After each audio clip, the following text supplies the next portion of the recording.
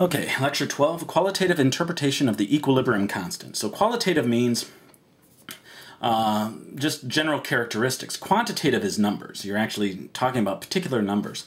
Qualitative is where you're just kind of gauging one thing versus another in a general way. So the reaction, let's just go into it here. The reaction is given here, has an equilibrium constant equal to 5.11 times 10 to the minus 7. So Kc in this case, we're going to assume it's Kc because that's what we normally work with, is much less than 1. What we learn here then, let me write out Kc in the general form.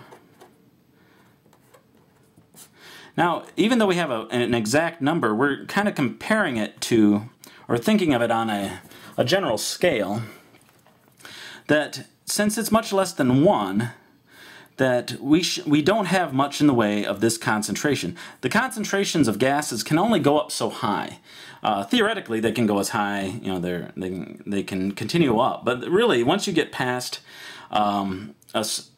maybe 40 moles per liter, something like that, the pressure gets so high, it's unlikely that you're going to be able to make these numbers much larger than that. Usually, they're less.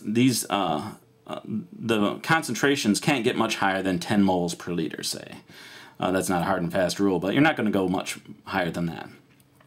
So since this number is 10 to the minus 7, that means that this can't be something like 5 moles per liter, and then these guys are hundreds of moles per liter. That's the only way you'd get that number. It means these guys together are going to be a fairly small number, but this number must be very close to 0.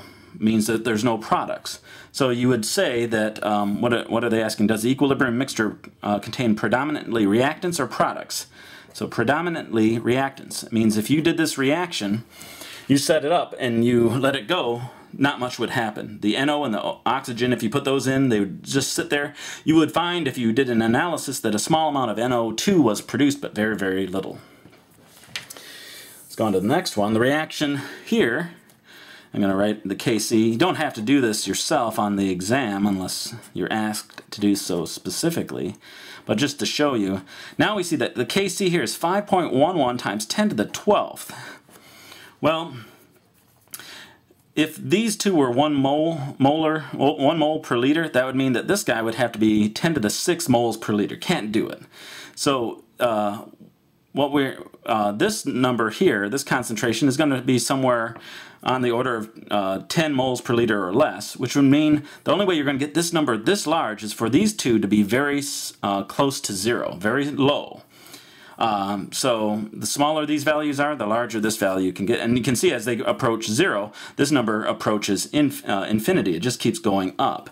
So since this is a very large number, these must be very small, which means that it is predominantly products. And then this one, we have a Kc that is 0.871, approximately 1.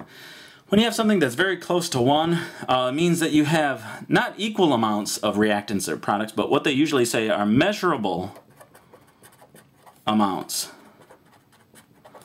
of reactants and products. Measurable meaning that by, not that we could tell by eye, because I think all of these are invisible to our eyes, but they are enough that you can easily measure it. You wouldn't need any special analytical devices to find. So you put SO2 and oxygen together, you'd end up with maybe a third of each gas present in the sample, something along that line. A lot of each. So it's a wishy-washy reaction. It doesn't really go anywhere. It shifts over to the products slightly. You have products and reactants. And so it doesn't go to completion. It doesn't just sit still. It goes somewhere in between.